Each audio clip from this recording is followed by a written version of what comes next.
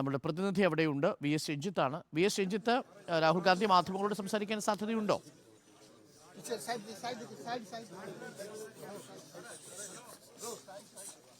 അദ്ദേഹം അടുത്ത സ്ഥലത്തേക്ക് പോകുന്നു പ്രതീക്ഷ പോലെ തന്നെ. ഏതായാലും കുറച്ചധികം സമയം അവിടെ ചെലവഴിച്ചു. രാഹുൽ ഗാന്ധി ഇപ്പോൾ അജീഷിന്റെ വീട്ടിൽ നിന്ന് ഇറങ്ങിയിരിക്കുന്നു. അദ്ദേഹം ഇനി അടുത്തത് പോളിന്റെ വീട്ടിലേക്കാണ് പോകുന്നത്. രാഹുൽ ഗാന്ധി ഈ അജീഷിന്റെ കുടുംബവുമായി സംസാരിച്ചു എന്ന് മനസ്സിലാക്കുന്നു.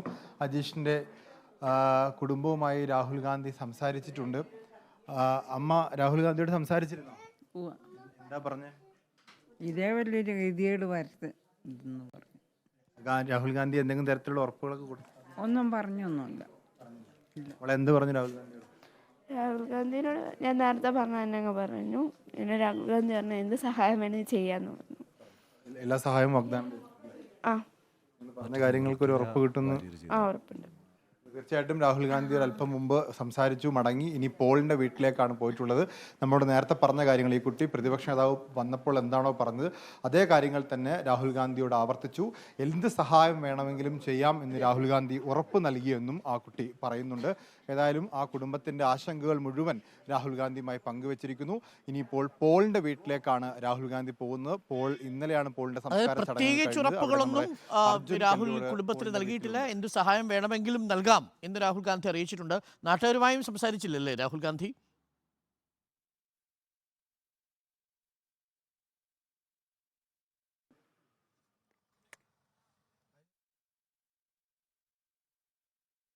ഇല്ല, നാട്ടുകാരുമായി സംസാരിച്ചില്ല. അദ്ദേഹം ഇതിനകത്ത് കയറി നേതാക്കന്മാരും അകത്തായിരുന്നു. ബന്ധുക്കളുമായിട്ടും ഈ അമ്മ, അച്ഛൻ, അതുപോലെ തന്നെ ഭാര്യ, മകൾ, ഈ കുടുംബവുമായി മാത്രം സംസാരിച്ചു. അവരുടെ ആശങ്കകൾ കേട്ടു. അവർക്ക് എല്ലാ സഹായങ്ങളും വാഗ്ദാനം ചെയ്തുകൊണ്ടാണ് അദ്ദേഹം മടങ്ങിയത്. ഇനിയിപ്പോൾ 2 വീടുകൾ കൂടി കയറാനുണ്ട്. ശരിക്കും പറഞ്ഞാൽ ഒരു വീട് കൂടി ഉണ്ട്, അവിടെ കയറും എന്നുള്ളൊരു അഭ്യൂഹമുണ്ട്. കാരണം നേരത്തെ ഇതിനൊക്കെ മുമ്പ്, ഈ പ്രശ്നങ്ങൾ ഉണ്ടാകുന്നതിന് മുമ്പ് ആന ചവിട്ടിക്കൊന്ന ഒരു കുടുംബത്തിൻ്റെ ആ വീട്ടിലേക്ക് കൂടി പോകാനുണ്ട്. പക്ഷേ അവിടേക്ക് പോകുമെന്ന കാര്യത്തിൽ ഉറപ്പില്ല.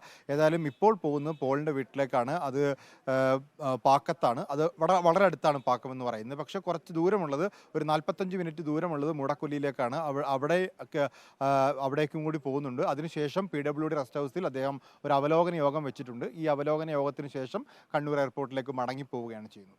അതായത് മാധ്യമങ്ങളെ കാണാൻ സാധ്യതയുള്ളത് ഈ PWD റെസ്റ്റ് ഹൗസിലുള്ള അവലോകന യോഗത്തിന് ശേഷമായിരിക്കും.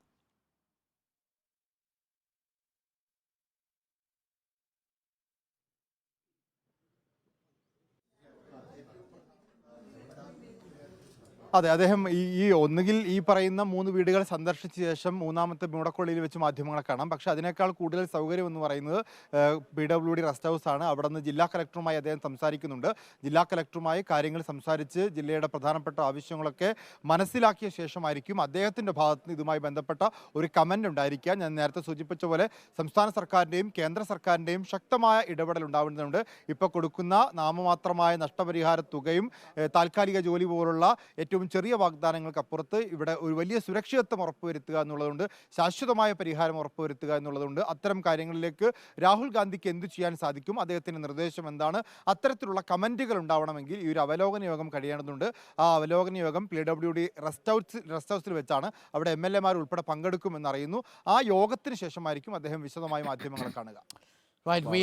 അതാണ് സാധ്യത അല്ലെ? ഈ 3 വീടുകൾ കഴിഞ്ഞതിന് ശേഷം അവലോകന യോഗത്തിന് ശേഷമേ എന്തെങ്കിലും രാഹുൽ ഗാന്ധിക്ക് പറയാൻ കഴിയൂ. കാരണം മണ്ഡലവുമായിട്ട് അടുത്ത് കുറച്ച് നാളുകളായിട്ട് ബന്ധമില്ലാതിരിക്കുകയായിരുന്നു സ്വാഭാവികമായിട്ടും. അപ്പം അവിടുത്തെ പ്രശ്നങ്ങൾ എന്താണ് എന്നുള്ളത് അദ്ദേഹത്തെ ബ്രീഫ് ചെയ്യണം.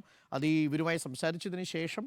പക്ഷേ രാഹുൽ ഗാന്ധിക്ക് ചെയ്യാൻ കഴിയുന്നതൊക്കെ പരിമിതമാണ് നിലവിലുള്ള ഘട്ടത്തിൽ. കാര്യം പാർലമെന്റിലെ ഭേദഗതിയാണ് അവർ ആവശ്യപ്പെടുന്നത്. നിയമത്തിന്റെ ഭേദഗതിയാണ് അത്. ഇപ്പോൾ ഭരിക്കാൻ ഇനി ആര് വരുന്നോ അവരാണ് ചെയ്യാൻ കഴിയുക.